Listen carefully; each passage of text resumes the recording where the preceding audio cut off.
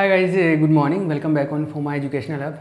देखिए, last class में मैंने ये इंट्रोड्यूस किया था कि हम लोग इस चैप्टर के अंदर ब्लैक बॉडी के अलावा जो दूसरा पोर्शन पढ़ने वाले हैं वो है हम लोग पार्टिकल्स के बारे में डिस्कस करेंगे। और जो पार्टिकल्स के बारे में जो डिस्कशन करने वाले हैं उसमें हमने 3 टाइप के पार्टिकल्स का कंपैरिजन किया था, मैक्सवेलियन, बोसोन और फर्मियोन्स का डिस्कशन किया था। तो हमने ये टॉपिक कंप्लीट कर लिया था, कंपैरिजन वाला जो तुलना की थी वो। तो क्वेश्चन इस पे आ जाता है कि तीनों पार्टिकल का कंपैरिजन करो, तो एक क्वेश्चन तो यहाँ पे बनता है, ठीक है। फिर हमने थोड़ा सा फेज स्पेस के बारे में बात की थी, ये भी कंप्लीट हो गया था। एक फिर पोस्टुलेट को हमने पहले डिस्कस कर लिया, क्वांटम मैकेनिक्स के जो पोस्टुलेट्स है वो हम लोग डिस्कस कर चुके हैं। इस पे छोटा क्वेश्चन बनता है काफ़ी बार पूछा गया है, 1-2 बार मतलब। अभी बात बची ये 3 टॉपिक है ना, बड़ा क्वेश्चन बनता है एक तो इस पे और इस पे, है ना। अब इन दोनों को डिस्कस करेंगे, एक लेक्चर के अंदर ये हो जाएगा, इस लेक्चर के अंदर, नेक्स्ट लेक्चर के अंदर ये हो जाएगा। एक को अच्छे से सीख लो, दूसरे का जो पूरा मैथमेटिक्स है सेम प्रोसीजर है, बस एक फॉर्मूला है डिफरेंट है, बाकी का सेम प्रोसीजर है। आई बात समझ? तो चलो हम लोग स्टार्ट करते हैं। क्या? बोस-आइंस्टाइन डिस्ट्रीब्यूशन, ठीक है। तो बोस-आइंस्टाइन डिस्ट्रीब्यूशन एग्जाम में क्वेश्चन क्या होता है? एग्जाम में क्वेश्चन ऐसा आता है कि बोसोन कण क्या होते हैं, what are the boson particles, find out या डिराइव द बोस-आइंस्टाइन फॉर्मूला या बोस-आइंस्टाइन डिस्ट्रीब्यूशन फंक्शन। बोसोन कण क्या होते हैं, बोस-आइंस्टीन वितरण फलन की व्युत्पत्ति कीजिए, इस तरीके से आता है क्वेश्चन, ठीक है। तो सबसे पहले तो ये पूछेगा कि बोस पार्टिकल क्या होते हैं। तो बोसोन कण क्या होते हैं? बोसोन पार्टिकल क्या होते हैं? बोसोन कण, इनको कई बार बोस कण भी बोल देते हैं, ठीक है। बोसोन्स या बोसोन पार्टिकल। तो वैसे तो मैंने पहले बता दिया था, जब हमने कंपैरिजन किया था तो मैंने एक्सप्लेन किया था कि बोस पार्टिकल्स क्या होते हैं, लेकिन अभी थोड़ा सा मैं फिर से री एक्सप्लेन कर देता हूँ यहाँ पे पॉइंट वाइज, क्योंकि एग्जामिनर के लिए तो ये क्वेश्चन नया है, उसको थोड़ा ना पता कि कंपैरिजन वाला क्वेश्चन पहले हो गया। जब ये क्वेश्चन लिखेंगे तो पहले बोसोन पार्टिकल के बारे में थोड़ा सा बताना पड़ेगा, फिर हम लोग बोस-आइंस्टाइन स्टार्ट करेंगे, ठीक है। मतलब फिर वो जो फॉर्मूला है उसको डिराइव करेंगे। तो देखिए क्या है, बोस पार्टिकल क्या होते हैं? ऐसे पार्टिकल जिनका स्पिन जो है वो एच कट का पूर्ण गुणज होता है। एच कट का पूर्ण गुणज होता है जिनका स्पिन, उनको क्या बोलते हैं? बोस पार्टिकल बोलते हैं। मतलब Bose particles are those particles whose spin is full multiple या full integer of H cut. तो ये है एच कट का पूर्ण गुणज, तो ऐसे आता है, मतलब S = n एच कट, इस तरीके से, ठीक है। मतलब n का वैल्यू क्या होगा, या तो 0 होगा या ±1 होगा या +-2 होगा या +-3 होगा, इस तरीके से चलेगा। तो s का वैल्यू क्या आएगा, मतलब ये मतलब h कट या तो 0 आएगा या आएगा ये 1 रखूँगा, +-1 तो +-1 एच कट हो जाएगा, फिर +-2 एच कट हो जाएगा, फिर +-3 एच कट हो जाएगा। इस तरीके से चलता जाता s का वैल्यू, ठीक है, सही है। तो एक चीज़ तो ये कि ऐसे पार्टिकल जिनके लिए स्पिन इस टाइप से होता है उनको बोस पार्टिकल बोलते हैं। एक डेफिनेशन तो ये, मतलब डेफिनेशन टाइप में ये लिख देंगे, फिर ये मैथमेटिकली ये लिख देंगे अपन, ठीक है। दूसरी चीज़, एक यहाँ पे हम लोग पॉइंट बना के 1-2 इन्फॉर्मेशन और लिख सकते हैं, वो तो टेबल में लिखी थी वो। एक ऐसा कि ये पाउली के अपवर्जन नियम की पालना करते हैं कि नहीं करते हैं? बोस पार्टिकल नहीं करते हैं। तो बोस पार्टिकल पाउली के एक्सक्लूजन प्रिंसिपल को फॉलो नहीं करते हैं, does not follow the Pauli exclusion principle. Pauli के अपवर्जन नियम की पालना नहीं करते हैं। इसका मतलब क्या है? एक ही लेवल पर एक से ज़्यादा पार्टिकल रह सकते हैं। आप इस तरीके से छोटा सा डायग्राम बना सकते हो। ये क्या दिखा रहा है कि एक टाइप के इलेक्ट्रॉन, मतलब एक ही तरफ स्पिन वाले इलेक्ट्रॉन नहीं, एक ही तरफ स्पिन वाले पार्टिकल भी एक जगह पे रह सकते हैं, एक ही लेवल पे रह सकते हैं, बहुत सारे। हो गया। फिर ये है कि इनके लिए जो समीकरण दिया गया या जो वितरण फलन दिया गया वो बोस और आइंस्टाइन ने दिया, जिसे बोस वितरण फलन कहते हैं। और वो जो बोस वितरण फलन होता है वो होता है ऐसा, Ni = gi/e⁴ + β ei-1, ये होता है, ठीक है। इसको इस तरीके से भी लिखते हैं, कैसे? दूसरे तरीके से ऐसे भी लिखते हैं इसको, Ni =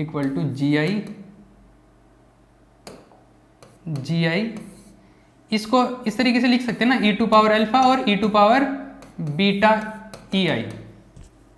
ठीक है, -1। अरे लिख सकते हैं ना, वापस बेस सेम होता है, पावर्स ऐड हो जाते हैं, तो ये वापस ऐसा बन जाएगा। ठीक है, अब देखिए अल्फा और बीटा जो है ना कॉन्स्टेंट्स है यहाँ पे। बीटा जो है ना, बीटा का तो वैल्यू 1/kT है। ये वहाँ पर जो हमने पढ़ा था ना फर्स्ट चैप्टर के अंदर, वो है ये बीटा पैरामीटर, बीटा प्राचल वो है। तो ये बीटा तो कांस्टेंट है, अल्फा भी कांस्टेंट है। तो ये e⁴ को कई बार ऐसे लिखा जाता है, e⁴ को कांस्टेंट a लिख दिया जाता है, तो ये ऐसे बन जाता है फाइनली ni = gi। e⁴ को a लिख दूँ तो a e⁴β ei -1। तो इसको, ये इतना तो मैंने समझा है आपको, या तो ये लिख देते हैं या फिर ये लिखा जाता है। ठीक है, जैसे मैंने नोट्स के अंदर ये फॉर्म लिखा है यहाँ पर, और पहले टेबल के अंदर जो लिखा था मैंने ये वाला फॉर्म लिखाया था। लेकिन ये फॉर्म आए या ये फॉर्म आए, दोनों का मतलब एक ही है। ठीक है, मतलब ये कोई कांस्टेंट को बता रहा है और यहाँ पर भी वो कांस्टेंट ही था, उसको इस तरीके से भी लिख सकते हैं। तो ये वितरण फलन है। अब वितरण फलन का मतलब क्या है, क्या है डिस्ट्रीब्यूशन फंक्शन, क्या है, क्या बताता है डिस्ट्रीब्यूशन फंक्शन? डिस्ट्रीब्यूशन फंक्शन ये चीज बताता है, जैसे अपने पास में पार्टिकल्स है बहुत सारे, बोसोन पार्टिकल्स के बारे में डिस्कस कर रहे हैं हम लोग, तो बहुत सारे बोसोन पार्टिकल है। जैसे मान लो कि जितने भी है 5-10 जितने भी बोस पार्टिकल है, ये क्या बताता है, इस बात को सुनना। ऐसा है कि जैसे एनर्जी लेवल अलग अलग, जैसे ये पहला एनर्जी लेवल, इसको E1 बोल दूँ, इसको E2 बोल दूँ, इसको भी E3 बोल दूँ, इसको भी E4 बोल दूँ, ऐसे बहुत सारे एनर्जी लेवल्स पॉसिबल हो सकते हैं ना। ठीक है, और मेरे पास में मान लो 50 पार्टिकल है। ठीक है, तो इस E1 एनर्जी लेवल पर कितने पार्टिकल रहेंगे, E2 एनर्जी लेवल पे कितने पार्टिकल रहेंगे, इस एनर्जी लेवल पे कितने पार्टिकल रहेंगे, इस पे एनर्जी लेवल पे कितने पार्टिकल रहेंगे। तो किसी भी पर्टिकुलर एनर्जी लेवल पर कितने पार्टिकल होने की चांस है, या कितने पार्टिकल हो सकते हैं, कितने पार्टिकल होंगे, ये समझ लो। तो उसको इस तरीके से निकाल सकते हैं कि जैसे मान लो कि ये E1, E2, E3, E4 ऐसे चलता चलता कोई भी एनर्जी लेवल आएगा, आई वा एनर्जी लेवल, आई वा का मतलब जनरली आई का वैल्यू कुछ भी हो सकता है, 4 आ गया तो 4th एनर्जी लेवल, 2 आ गया तो 2nd एनर्जी लेवल। तो कोई भी एनर्जी लेवल पर अगर आपको ये देखना कि कितने पार्टिकल होंगे, तो आपको ये फॉर्मूला लगाना पड़ेगा ni का मतलब है कि ith एनर्जी लेवल पर number of particles at ith energy level, iवें ऊर्जा स्तर पर बोसोन कणों की संख्या, क्योंकि बोसोन के लिए ले रहे हैं तो बोसोन कणों की संख्या। समझ में आया? ei क्या है, वो ith एनर्जी लेवल की एनर्जी है, iवें ऊर्जा स्तर की ऊर्जा। बीटा तो पता है कांस्टेंट है, a कांस्टेंट है, ये 1 हो गया। ये gi क्या है, gi को बोलते हैं डीजनरेसी, नंबर ऑफ डीजनरेसी, या अपभ्रष्टता की कोटि, या अपभ्रष्टता बोलते हैं। अब इसका मतलब क्या है वो बताता हूं, देखो बात को समझना। जैसे क्या है, जैसे मान लो एक बिल्डिंग है, ठीक है, एक बिल्डिंग है, ये फर्स्ट फ्लोर है, फर्स्ट फ्लोर पे हैं, उनकी सबकी एनर्जी सेम है, भले ही फर्स्ट फ्लोर पे मान लो कि यहाँ पे 2 रूम है, फर्स्ट फ्लोर पे 2 रूम है, दोनों रूम में इस रूम में रहे या उस रूम में रहे, या दोनों रूम में रहे, किसी भी रूम में कोई भी पार्टिकल रहे, तो उनकी सबकी एनर्जी बराबर होगी। तो पर यहां पर अगर 2 रूम है तो इसका जो जी नंबर है ना वो कितना हो गया, 2 हो गया। इसको बोलते हैं डीजनरेसी, अपभ्रष्टता बोलते हैं इसकी, कि इसकी अपभ्रष्टता की संख्या कितनी हुई, 2 हुई। तो ये पहले एनर्जी लेवल की है, तो ये हो गया G1, कितने हो गए, 2 रूम है, मतलब 2 एक ही एनर्जी लेवल पर 2 तरीके से रह सकता है, इसका मतलब ये होगा। एक तरीके से समझने की बात है थोड़ा सा। मान लो इस पे 4 रूम है, सेकंड पे 4 रूम बने हुए हैं ऐसे, तो यहां पर G का वैल्यू कितना हो गया, G2 का वैल्यू कितना हो गया, 4, मतलब सेकंड एनर्जी लेवल की अपभ्रष्टता कितनी हो गई, 4। तो इस तरीके से किसी भी मान लो कि ith एनर्जी लेवल की जो डीजनरेसी है उसको बोलेंगे Gi। समझ में आया? कुल मिला के बात समझ में आई ना? तो ये सारी चीजें क्या हुई, इनके बारे में अगर मैं बात करूं तो ni तो क्या है, number of particles at ith energy level, i वे ऊर्जा स्तर पर कणों की संख्या। ei क्या है, ith एनर्जी लेवल की energy of ith energy level, ठीक है। I वे ऊर्जा स्तर की ऊर्जा है। और GI क्या है? अपभ्रष्टता है। अपभ्रष्टता मतलब डिजनरेसी, और जिसका मतलब मैंने यहाँ पे आपको समझा दिया है, ठीक है। इसको अभी एक थोड़ा सा एग्जाम्पल से समझते हैं। मैंने नोट्स में ये एग्जाम्पल भी लिखवा रखा है, जो मैं बताने वाला हूँ वो एग्जाम्पल भी। तो ये क्या है? ये आपका डिस्ट्रीब्यूशन फंक्शन है। डिस्ट्रीब्यूशन फंक्शन, ये वितरण फलन का मतलब समझ में आ रहा है कि कौन से एनर्जी लेवल पर कितने पार्टिकल डिस्ट्रीब्यूट होंगे, कितने पार्टिकल वितरित होंगे, इस पार्टिकल पे कितने एनर्जी, इस एनर्जी लेवल पे कितने पार्टिकल आएंगे, इस एनर्जी लेवल पे कितने पार्टिकल वितरित होंगे, डिस्ट्रीब्यूट होंगे, कौन सी एनर्जी लेवल पे कितने पार्टिकल रहेंगे, इस चीज को बताने वाला जो फंक्शन होता है that is known as distribution function. ये आ गया डिस्ट्रीब्यूशन फंक्शन। ये तो फंक्शन है, अभी इसको डिराइव करेंगे, वो है अपना टास्क, इसको निकाल के लेके आएंगे, ठीक है। लेकिन इससे पहले एक मैं एग्जांपल बता देता हूं। जैसे मान लो कि कोई एनर्जी लेवल है, पहला एनर्जी लेवल है कोई E1, और अपने पास में E1 एनर्जी लेवल में पार्टिकल कितने हैं? पार्टिकल है मान लो एक ही पार्टिकल है। कितने particle? Total number of particle कितने? एक है। टोटल पार्टिकल मेरे पास में एक ही है और एक ही ऊर्जा स्तर है, एक एनर्जी लेवल है, वो इस तरीके से है मान लो पहले, और इसमें दो जगह है, मतलब दो रूम आप ऐसे समझ लो। तो या तो पार्टिकल रह सकता है यहां पे, या फिर पार्टिकल कहां रह सकता है? पार्टिकल रह सकता है यहां पर, ऐसे हो सकता है ना? समझ में आया? तो इसका मतलब है कि दो तरीके। GI कितना हो गया? पहले तो GI कितना है? GI है 2। GI का मतलब तो है रूम, एक तरीके से। GI का मतलब तो रूम है, भले पार्टिकल भरा या नहीं भरा, रूम है एक तरीके से आप समझ लो। तो GI है 2। और कितने तरीके से पार्टिकल रह सकता है? एक ही पार्टिकल है तो एक पार्टिकल कितने तरीके से रह सकता है? दो तरीके से। तो दो तरीके से रह सकता है, तो इसको बोलते हैं नंबर ऑफ माइक्रोस्टेट। क्या बोलते हैं? नंबर ऑफ माइक्रोस्टेट या थर्मोडाइनेमिकल प्रोबेबिलिटी, ऊष्मागतिक प्रायिकता बोलते हैं इसको। कितने तरीके से एडजस्ट हो सकते हैं? दो तरीके से एडजस्ट हो सकते हैं ना। तो ये दो क्या है? इसको दो को लिखेंगे W से। जैसे ये पहला एनर्जी लेवल है, तो पहले एनर्जी लेवल पर कितने तरीके से एडजस्ट होंगे, तो इसको लिखेंगे W1। पहले एनर्जी लेवल पर जितने तरीके से एडजस्ट हो सकते हैं, इसको बोलते हैं ऊष्मागतिक प्रायिकता। ऊष्मागतिक प्रायिकता, ये नई चीज और बता रहा हूं मैं, थर्मोडायनेमिक प्रोबेबिलिटी। थर्मोडायनेमिक प्रोबेबिलिटी, या फिर number of microstates. Number of microstates, इसको बोलते हैं सूक्ष्म अवस्थाओं की संख्या। सूक्ष्म अवस्थाओं की संख्या मतलब जैसे मैं बोलूं कि दो स्टूडेंट है और मेरे पास में दो रूम है, तो वो कैसे एडजस्ट हो सकते हैं? फर्स्ट फ्लोर पे दो नहीं, एक स्टूडेंट है तो वो या तो इस रूम में रह सकता है या उस रूम में रह सकता है। तो ये हो गया ये सूक्ष्म अवस्थाएं कौन से एनर्जी लेवल की आई? पहले एनर्जी लेवल की।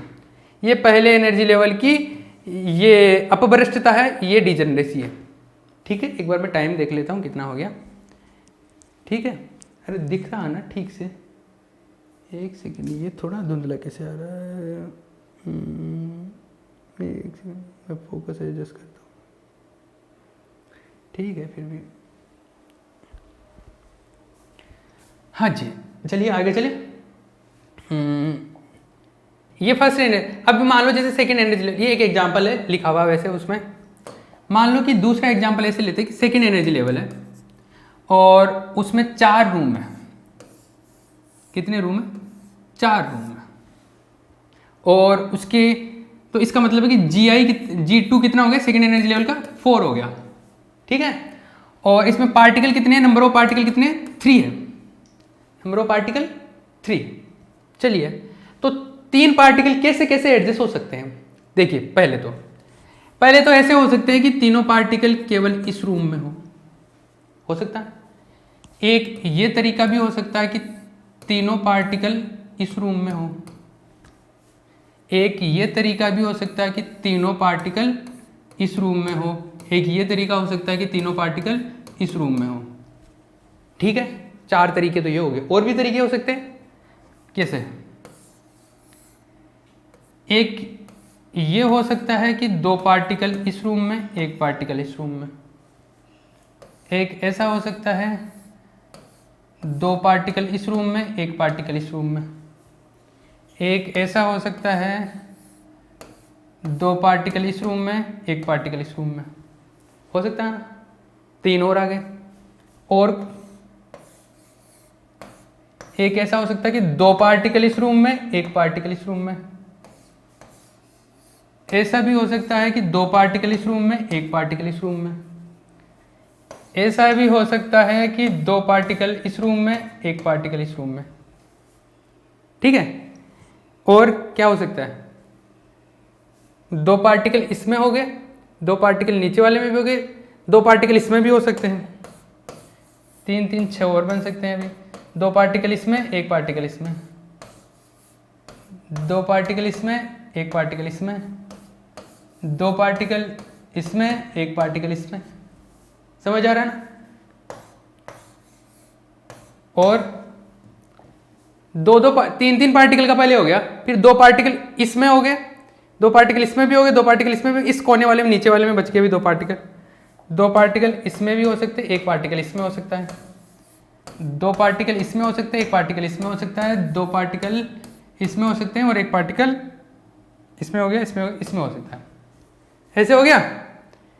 कितने हो गए? 3 3 6 3 9 12 और 4 16 तो हो गए। और भी हो सकते हैं। और क्या हो सकते हैं? और ऐसे हो सकते हैं कि 1 पार्टिकल इसमें, 1 पार्टिकल इसमें, 1 पार्टिकल इसमें, और 1 पार्टिकल इसमें, 1 पार्टिकल इसमें, 1 पार्टिकल इसमें, और पहले इसको खाली छोड़ दिया, अभी इसको खाली छोड़ दिया, अभी इसको खाली छोड़ दो। अभी कौन सा अभी एक और खाली छोड़ना, कौन सा? ये वाला छोड़ दो अभी। और एक ऐसा हो सकता है। ये इतने तरीके से पॉसिबल है। ये इतने सारे तरीके हो सकते हैं कि ये G2 कितना 4 है और ये इतने तरीके से एडजस्ट हो सकता है। तो इतने टाइप के सेट बना सकता है। एक तरीके से सेट मतलब इतने टाइप की पॉसिबिलिटी कि इतने तरीके से ये रह सकते हैं, इतने तरीके से एडजस्ट हो सकते हैं। तो इसको बोलते हैं नंबर ऑफ माइक्रोस्टेट, सूक्ष्म अवस्थाओं की संख्या, या ऊष्मागतिक प्रायिकता, सेकेंड एनर्जी लेवल की, थर्मोडायनेमिक प्रोबेबिलिटी। तो ये कितनी हो गई? W2 इक्वल टू कितनी आ गई? 20 आ गया क्या? 4 3 7 13 16 19 और गलत जोड़ रहा हूँ क्या मैं? 4 4 8 8 और 6 14 14 और 6 20 20 हुई है ना? 20 हो गया। ठीक है। तो ये आ गए भैया, है ना? क्लियर है? तो 20 इसकी क्या आ गई? ऊष्मागतिक प्रायिकता आ गई। तो ये चीज समझ में आ रही है आपको? ये टर्म समझ में आ रहे हैं ना? क्या एक तो जी का मतलब समझ में आ रहा है? जी एक तरीके से रूम समझ लो, कितने रूम है। और एनर्जी लेवल्स क्या है? एक तरीके से फ्लोर है। एनर्जी लेवल्स तो फ्लोर है, जी क्या है? रूम है, कितने रूम है। और डब्ल्यू क्या है? कि उन रूम में कितने तरीके से पार्टिकल एडजस्ट हो सकते हैं। वो उसकी क्या है? सूक्ष्म अवस्थाओं की संख्या या नंबर ऑफ माइक्रोस्टेट है। ऊष्मागतिक प्रायिकता भी बोलते हैं उसको, थर्मोडायनेमिक प्रोबेबिलिटी। तो ये इसकी चीज है। अब हम लोगों को क्या करना है?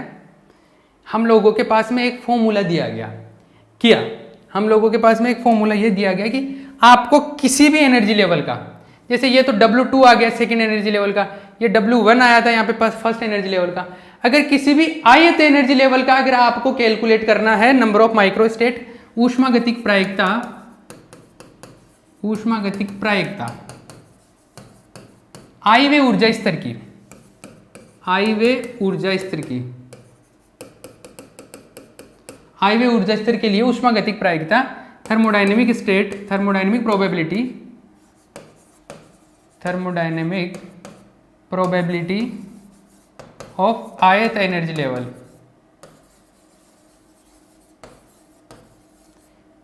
मतलब आई वे एनर्जी लेवल की WI हो गया।